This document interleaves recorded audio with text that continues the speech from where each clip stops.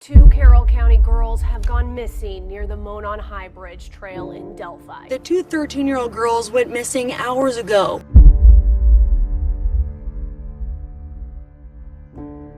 Officers, law enforcement, they have stopped the search for the night. To the killer, who may be in this room. We believe you are hiding in plain sight. Police have arrested and jailed 50-year-old Richard Allen in connection with the double murder. A bullet found just feet from the girls is a match to a weapon registered to Allen. He was right there,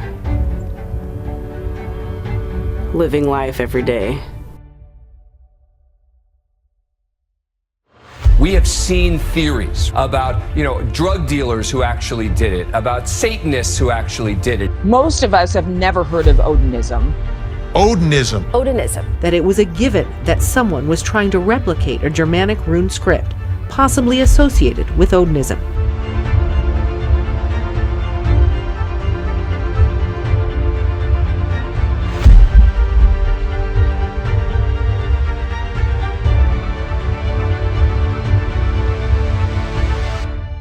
Where's the case against Richard Allen? What's his motive? I believe they sacrificed a girl and killed another one. It is a real thing, and it's scary.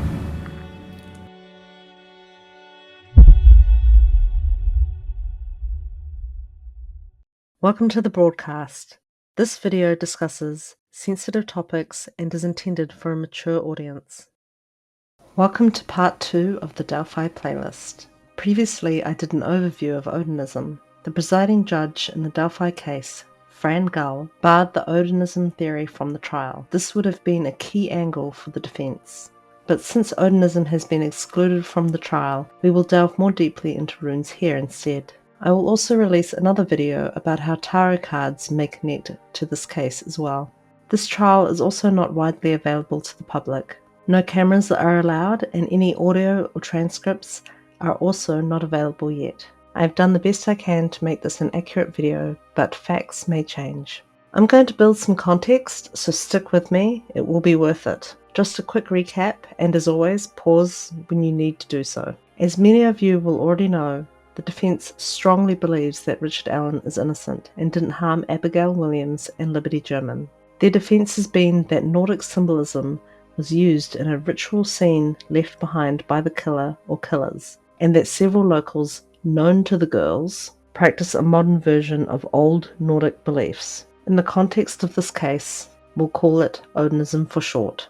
Odinism is a neo-pagan, reconstructionist version of how some choose to worship Old Norse gods and practice ancient Germanic and Nordic beliefs. With some followers, there is a racist element to it. Many convert in prison, therefore many will have criminal records. This video is not stating that all Odinists are violent criminals. The crime scene. After 7 years, we now have a better idea of what the crime scene looked like. I've put together this approximate diagram of how the girls were found laying on the ground. This is based in part on the commentary of fellow YouTubers Andrea Burkhart and Lawyer Lee. The accuracy of this image may change if more access to information becomes available. To understand this image, know that the blue represents blood. I did it in blue so that it would be less graphic. Also, everything that is light brown is wood. On the left is the F tree. The defense has said that the blood splatter on the F tree is in the shape of an F rune, specifically Anzus. The F itself is actually facing away from the girls, and is not the tree that Liberty is touching. There is also some blood on the side of the tree about halfway down the trunk.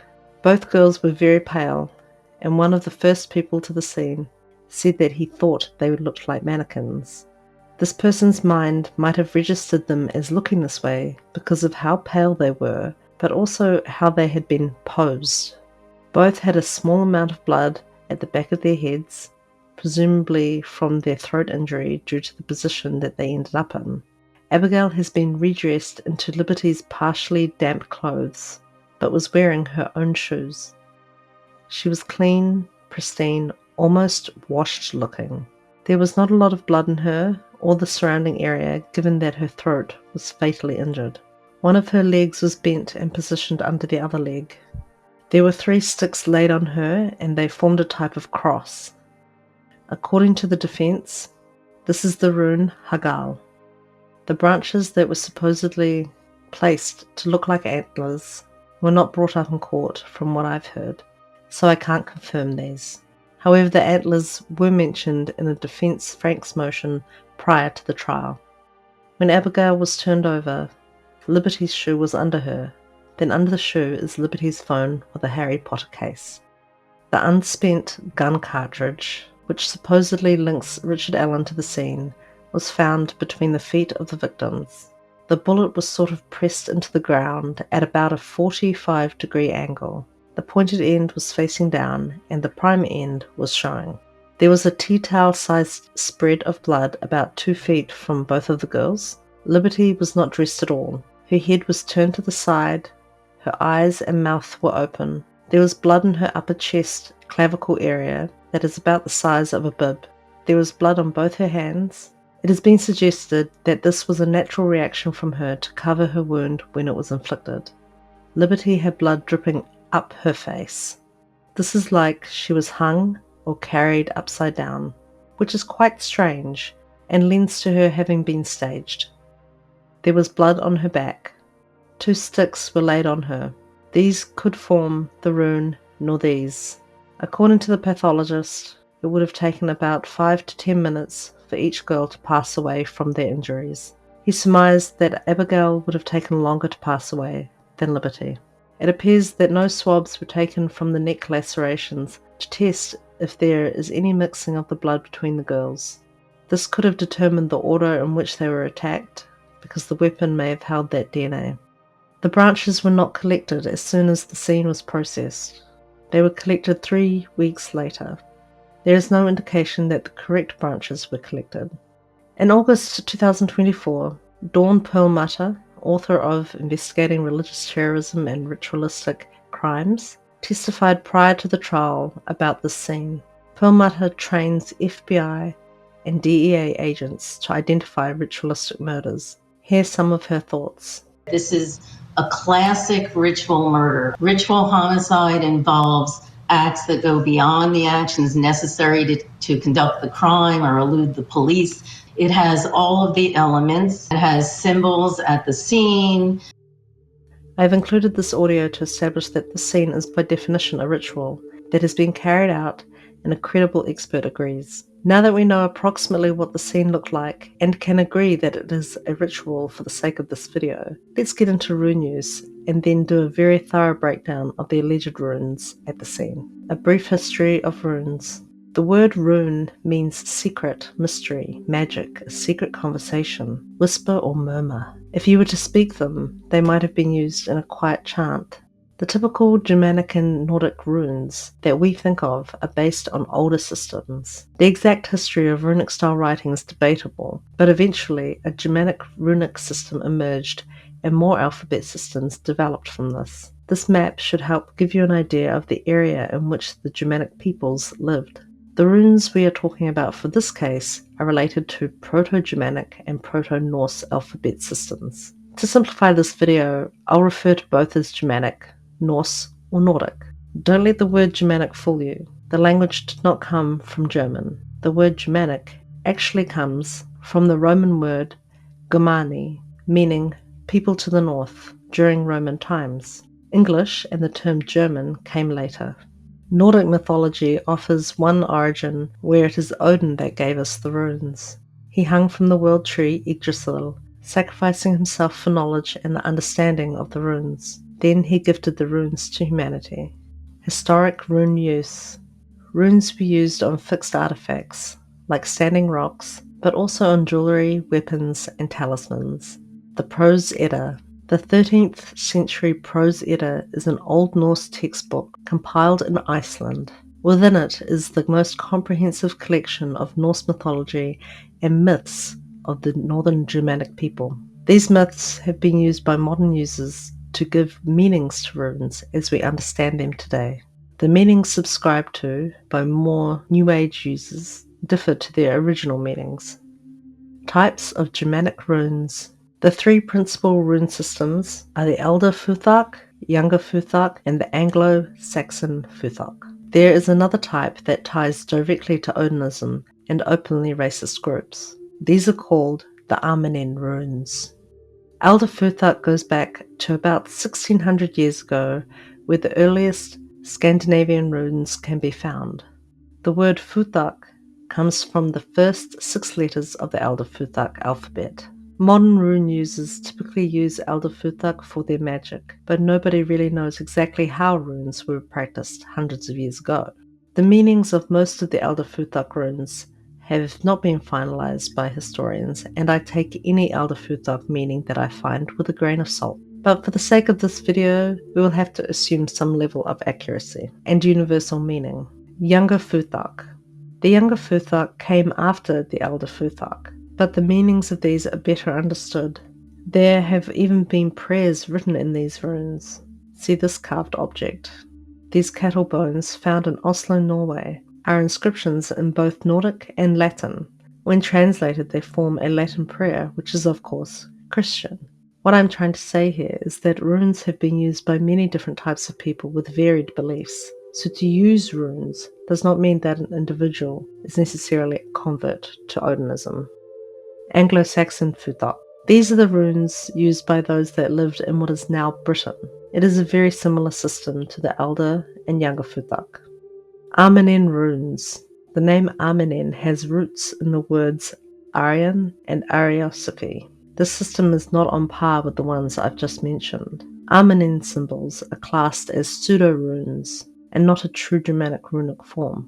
There are 18 Armanen runes that were inspired visually by the Younger Futhark and phonetically by the Anglo-Saxon Futhark. In 1902, the Austrian mysticist and Germanic revivalist Guido von List claimed his runes were revealed to him while in an 11-month state of temporary blindness after a cataract operation on both eyes. This allegedly opened what he referred to as his inner eye, whereby the secret of the runes were revealed to him. Red-on runes. Runes were typically carved and then painted red so that they were more visible. There are many runestone examples of this, typically on rock artifacts. The Roman author Tacitus wrote in about the year 100 AD that when he encountered Germanic tribes, it was the elders who would cut up slices of wood, carve symbols on them, and throw them for divination. Runes at the crime scene. Now let's look at the Delphi case. A defense motion filed in 2023 stated that there were runes at the scene aligned with Odinistic beliefs. I've highlighted where they believe there are runes. Let's focus on the stick formations. Sticks were placed on the victims' bodies, 3 on Abigail and 2 on Liberty. Starting with Abigail, she has 3 sticks that form a type of cross. According to the defense filing, the symbol is Hagal. If you are wondering why Odinism was specifically named in the court filings rather than any other neo-pagan group, this could be why. The Hagal rune at the scene comes from the Younger Futhark system. Depending on the length of the lines or the sticks, it could be a reference to the Armanen runes, Armanen being the pseudo-runes from the beginning of the 20th century in Europe. Therefore, they have ties to a certain era of Germany. This is where the Odinists with white race ties come in. I'm assuming that this would have made up part of the defence's understanding of the scene. Arguably, Hagal can also mean Heimdall. Heimdall was a Norse god, the son of Odin, and born of 9 mothers. 9 is very important in Nordic lore, and it is also part of Odinism, whereby they adhere to 9 noble virtues. Heimdall is considered the father of humanity. Based on a stanza in the Poetic Edda, humanity is considered Heimdall's sons. Not Odin's sons, but I would like to share this video with you anyway to see if we can get some insight into the mindset of Nordic beliefs. There's many groups right now that are taking it to the next level. We have a blood tribe leader who has runes tattooed on his face that translate to son of Wotan. The Elder Futhark version of Hagal is Hagalaz, and it looks quite different. It means literal hail, as in the weather event. It represents a sudden change and renewal. If used in ritual, it is to bring about quick changes to your life, growth, and insight. It represents obstacles that are hindering your life path, that the universe is throwing challenges at you and you must grow to overcome them. Overcoming adversities, opposing ideologies of the world, and a warrior mindset are a huge driver in Odinism. The corresponding tarot card for this rune is the World. The defense, on the other hand, is saying that Hagal in this context doesn't mean hail, as in the precipitation, but rather a salute, so hail Odin. I believe they are trying to say that the Armenen rune is being used here rather than the elder or younger Futhak systems. The Armenen Hagal rune was utilized during Nazi Germany. You can see this in the design of the SS Honor Ring, also called Death's Head Ring. Heinrich Himmler said, "The swastika and the Hagal rune represent our unshakable faith in the ultimate victory of our philosophy." This ring clearly shows the Armenen rune. What could the two sticks on liberty mean? Of all the runes, this arrangement looks most like nor these. To quote directly from one of my research books, the rune itself looks like two logs laid atop each other, ready to be lit. Part of the prosecution's argument has been that the perpetrator was interrupted. Let's say he was interrupted. Was the ritual meant to be lit on fire? As for the modern meaning of Northese, it is about basic survival. It is about making sacrifices to create a strong life foundation to enjoy abundance, basic human needs, sacrifice, financial gain, creating opportunities, focusing on your needs when you're in the cold of a metaphorical winter. The associated Norse deities are the Norns. The Norns are the web weavers of fate in mythology. Hagalars and Northese are part of the second set of 8 Elder Futhak. This set connects to the web of Wired. I'll come back to this later on. Their astrological correspondence for this rune is Capricorn. Abigail allegedly had stick antlers or horns, not unlike Capricorn. Capricorn is a goat, and in Norse mythology, it was goats that pulled Thor's chariot. The corresponding tarot card for Northese is the Devil. Isn't that a fitting card for such a wicked crime? The defense didn't tie Northese to their Held Odin statement. F rune on the tree. What sort of F is it, if it's an F at all? There are 2 runes that look like an F in the Elder Futhak system. Elder Futhak is typically utilized by modern rune users to practice magic. Let's look at the 2 F runes in depth. Ansus. The defense has said that this symbol, combined with Hagal, means Hail Odin to those that practice Odinism. This is a brief description of the rune's meaning. Communication, breath. In a reading, it can point to the present, where you are currently receiving communication. You could have a mentor, a guide, or teacher that you are listening to and learning from. Having a mentor often precedes initiations into any group or club. The gods associated with this rune are Odin and Loki. Through Odin, it means acquiring wisdom and knowledge, but through Loki, it can mean trickery, manipulation, and lies.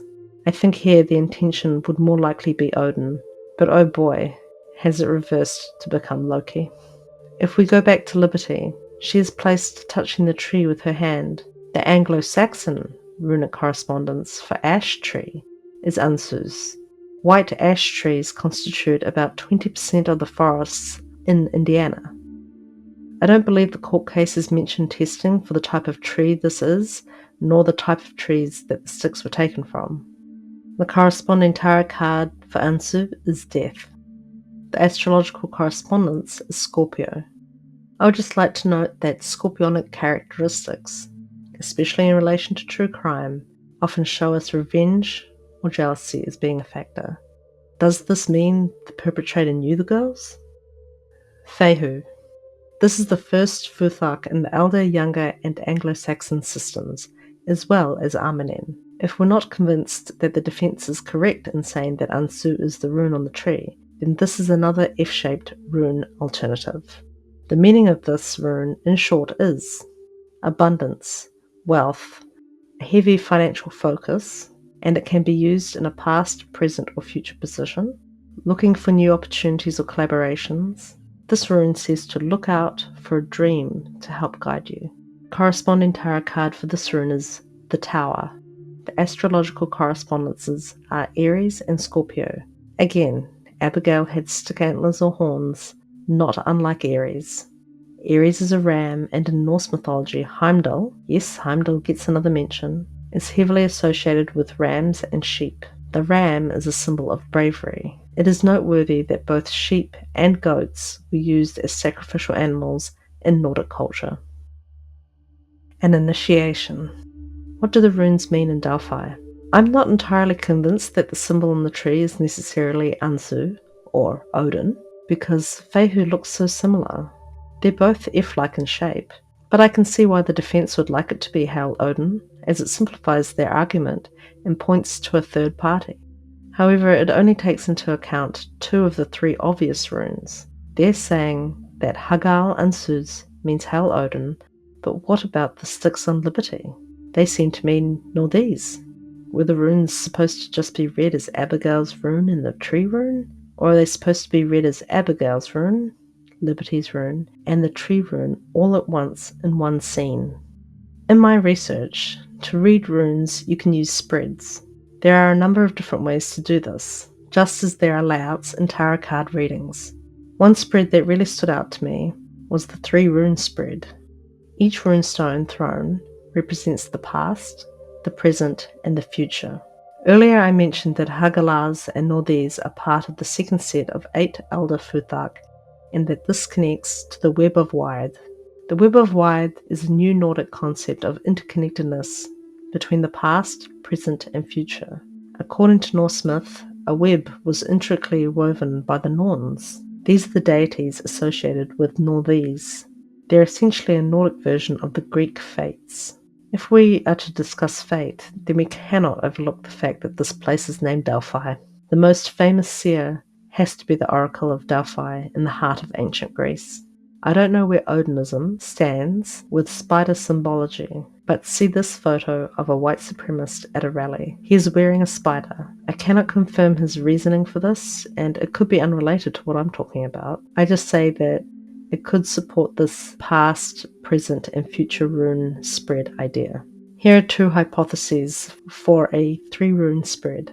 If the scene was part of an initiation ritual, it could represent not having an abundance of finances, coming from nothing, and suffering through that. Needing a financial friend, that is Fehu, that's the past, and who you were in the past. The present is one's basic needs and how those must be met.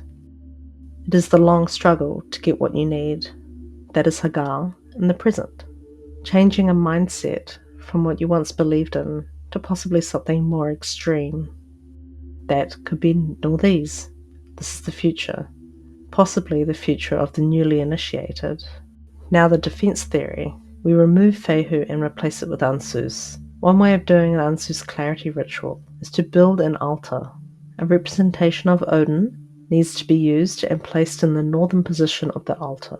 In Delphi, let's say that the F tree is this representation, because Anzus means Odin. If only we knew where the tree was in relation to how the girls were found. But I do know that directly north of the bodies is the Delphi cemetery. Part of this ritual can include lighting 3 candles for the Norns, past, present, and future. Add, of course, Hagal on Abby and Northese on Libby, and we have something like a 3 rune spread. A spread that could be asking Odin for clarity on how to end the long struggles of life and to alter one's mindset for the future. It's somewhat self-evident as to how this can be interpreted as part of an initiation ritual. You go from your past traumas to your present, undeveloped self, and who you are without a gang or a community. Then who you want to be once you change your mindset to that of the group you wish to join. The magic of runes. Ancient Nordic culture was very traditionally masculine, and the practice of magic was usually a woman's domain. It was viewed as shameful for a man to practice something as feminine as magic. The origin myth for their magic says that there were 2 groups of gods, the Aesir and the Vanir. The Norse believed that it was the goddess Freya of the Vanir who introduced magic to the Aesir. the Aesir being the more warlike grouping of gods. Freya's type of magic was called Sed, and a practitioner of this was called a Seder. Seder is a magical practice that is about raising energy and altering consciousness. This can include spirit journeying, working magic on men's minds, spell casting, and divination. A woman who practiced this was also known as a Volva. At the crime scene, female DNA was not screened for when there was testing done, only screening for male DNA. There were at least 3 female hairs found that did not belong to Abby and Libby. The first was named Unidentified Female 1. This likely belongs to Libby's sister. There is also an Unidentified Female 2. The context of that right now is unknown. And Unidentified Female 3. If this was a magical ritual, could there have been a female accomplice?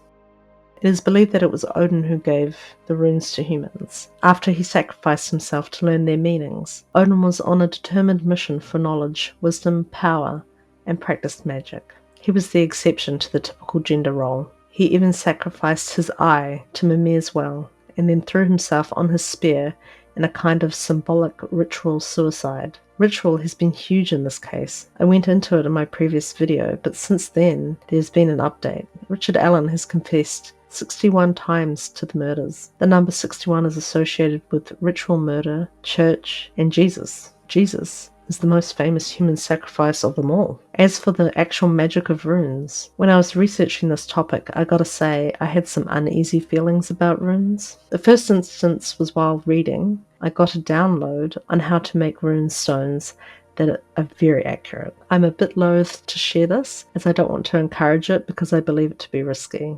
You get a pair of deer antlers, cut them into coin-like slices, polish them, and then carve the symbols into them. Then dye them with a powerful red, using a little bit of blood from a young child, preferably a boy. I see this as a total red flag and like a gateway to a much darker spiritual way of being and a darker use of runes, not to mention a lazy way to achieve results. I think it would make readings more accurate without doing the work, but at what cost? When you are doing something positive, it will always attract the negative and its temptations. So just something to be mindful of in trying to live a spiritual life and the types of downloads you may receive. The second instance was that I actually purchased printed books on runes to research for this video. One I found quite useful, fantastic, but there was another that I could only quickly flick the pages and then put it down. It just felt off. For many months I would just flick the pages. Then I was thinking, okay, you paid for this, you should get on with it. I started to read it. It became quickly apparent that the writer is in fact very off. The arrogance and narcissism was immediate. I have never seen such a thing from an author. He also appeared to have concocted his own spells and rituals. Blood is included in his rituals. I started to research this man, and it turned out he may be a member of the Church of Set, an offshoot of the Church of Satan. Additionally, in his book, he talks about using sticks in rituals, how to pick the perfect sticks from the right tree, approaching the tree with a ritualized attitude, armed with a rune knife at the right time of the day, and then finding the right branch that bends a quarter or an eighth towards the heavens. All to be done in a ceremonial way, whatever that may mean. In Delphi, there was a stick that had blood in it, and the way it looked was as if it had been dipped in blood. Now, I have no judgment if you use, wear, or tattoo runes onto your body. Don't take anything I say as a personal attack, as obviously I use tarot cards, and I know how some people view readers like myself. In another magical twist, the man who investigated the Odinism theory in the Delphi case, Todd Click, was arrested just weeks before the trial of Richard Allen. The charges allege that Todd Click made false reports and forged signatures via magic. MAGIC is an acronym for the Management Gateway of Indiana Kids. The acronym MAGIC is used dozens of times throughout the filing document. I mean, magic, really? I couldn't make this up. This arrest also came just a few weeks after Judge Gull barred the defense from using the Odinism theory during the trial. This is the same judge that had Richard Allen's defense team kicked off his case, only for them to be reinstated. This is probably just a weird coincidence, but an interesting side note nonetheless. It was an 11 or 12-year-old girl named Abigail Williams that ignited the beginning of the Salem witch trials by accusing 3 women of witchcraft. Of course, One of the victims here, her name is Abigail Williams. Odinism Symbols. The Valkanut. These interloping triangles represent the 9 worlds across 3 realms in eternal unity. It means not of the fallen in battle, which is actually a modern day meaning attributed to it, though the carvings of this symbol have been around for hundreds of years.